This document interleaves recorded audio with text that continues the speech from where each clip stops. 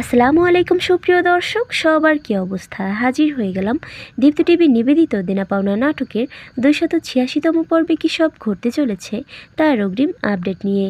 এই পর্বটি কেউ মিস করবেন না, কারণ এই পর্বে আপনারা দেখতে পারবেন ইরফানকে দেখা যাবে সে এবার অফিসে গিয়ে তার বাবার সামনে রিয়ার বাবার হাটে হাড়ি ভেঙে দিবে। ইরফান তার বাবার কাছে বলবে, বাবা চাইলে আমি কাজটা অফিসের বোর্ড মেম্বারদের সামনেই করতে পারতাম, কিন্তু না, এটা আপনার জন্যই তোলা থাক। মিস্টার রহমানকে কোম্পানির 50% শেয়ার হোল্ডার করাটা যে কত বড় ভুল সিদ্ধান্ত সেটা প্রমাণ করার জন্যই আজকের মিটিং। উনি আসলে একটা ফ্রড। তখন ইরফানের বাবা ইরফানকে বলবে, ইরফান তুমি কি বলছো এসব? ভেবেচিন্তে বলছো তো? রহমানের কতগুলো ল্যান্ড ও কতগুলো বিজনেস আছে সেটা আমি জানি। তুমি যা বলছো তার প্রমাণ দিতে পারবে? উত্তরে ইরফান হেসে দিয়ে বলবে, জি বাবা, পারবো। আমি তো একবারও বলিনি ওনার টাকা নেই, জমি নেই বা বিজনেস নেই।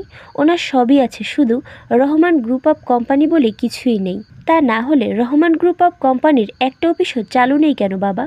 এই রহমান গ্রুপ অফ কোম্পানির নামটা কিনে রাখা হয়েছে শুধুমাত্র মানুষকে ধোঁকা দেওয়ার জন্য। এখন আপনিই বলুন মিস্টার রহমান, আপনার কাছে এতগুলো টাকা কোথা থেকে এলো? আপনার আয় ও ব্যয়ের উৎস কী? একথা শুনে রিয়ার বাবাকে দেখা যাবে সে অনেক বেশি রেগে গেলে ইরফানের বাবা ইরফানকে সেখান থেকে পাঠিয়ে দিয়ে রিয়ার বাবাকে এই বিষয়ে বিস্তারিত আলোচনা করার জন্য তাদের বাড়িতে আসতে বলবে। ইরফানকে দেখা যাবে সে বাসায় ফেরা মাত্রই পারি ইরফানকে বলবে, ইরফান আমি চাই না তুমি ভবিষ্যতে আমাকে নিয়ে আর কারোর সাথে খারাপ ব্যবহার করো। আমি চাই সকালে যা হয়েছে সেটার জন্য তুমি ভাইয়া ও ভাবির কাছে গিয়ে ক্ষমা চাইবে। কোনো অন্যায় না থাকা সত্ত্বেও পারি বলেছে বলে ইরফানকে দেখা যাবে সে আরমানের রুমে যাবে তার কাছে ক্ষমা চাইতে, কিন্তু মিতু আরমানের সাথে ইরফানের দেখা করতে দিবে না এবং বলবে ওকে ডেকো না, ও এখন ঘুমাচ্ছে।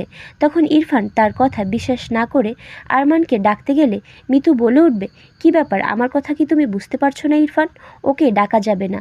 তখন ইরফান মিতুর ব্যবহারে অবাক হয়ে গেলে মিতু বলে উঠবে, কি ব্যাপার, আমার কথায় অবাক হচ্ছ তাই না? সকালবেলা তোমার ব্যবহারে আমি ওরকম অবাক হয়েছিলাম। ওইদিকে নাদিয়াকে দেখা যাবে সে এবার ইরফানের বাবার সাথে দেখা করতে ইরফানদের বাড়িতে এলে ইরফানের বাবা বলে উঠবে, মিস নাদিয়া, আপনার উপহারটা সত্যি আমার অনেক ভালো লেগেছে। তবে একটা কথা, রহমানের এত সেন্সিটিভ ডকুমেন্ট আপনার কাছে কি করে এলো? আপনি এগুলো কোথায় পেয়েছেন? আপনার কি রহমানের সাথে কোনো পূর্বশত্রুতা আছে? একথা শুনে নাদিয়া ইরফানের বাবাকে বলবে, মিস্টার ওসমান, আমার বন্ধু হওয়ার বৃথা চেষ্টা করে কোনো লাভ নেই। আপনার কাজ হলো আমার ইনস্ট্রাকশন অনুযায়ী কাজ করা, সো আপনি সেটাই মন দিয়ে করুন। আর অন্যদিকে আপনারা দেখতে পারবেন পল্লবকে কোথাও খুঁজে পাওয়া যাচ্ছে না শুনে পারি নাদিয়ার কাছে পল্লব কোথায় আছে সেটা জানতে চাইবে এবং আরও বলবে, আন্টি আপনি কি ভাইয়াকে আপনার কোনো কাজের জন্য কোথাও পাঠিয়েছেন? উত্তরে নাদিয়া না বললে পারিকে দেখা যাবে সে অনেক বেশি টেনশনের মধ্যে পড়ে যাবে। আর ওইদিকে পল্লবের বাড়িতে পল্লবের বাবা ও ওয়াইফকে দেখা যাবে তারাও পল্লবকে নিয়ে অনেক টেনশন করতে থাকবে। তখন পারির বাবা পাবেলের কাছে সেদিন পল্লব ও পাবেলকে ছিনতাইকারীরা ধরেছিল কিনা তা জানতে চাইলে পাবেল বলে উঠবে, না, ছিনতাইকারীরা কেন ধরবে, সেদিন আমাদেরকে কতগুলো গুন্ডারা ধরেছিল। আর এছাড়াও থাকছে আশ্চর্য সকল ঘটনা। সুতরাং সবাইকে দেনা পাওনা নাটকের আগামী পর্ব দেখার আমন্ত্রণ রইল। ধন্যবাদ।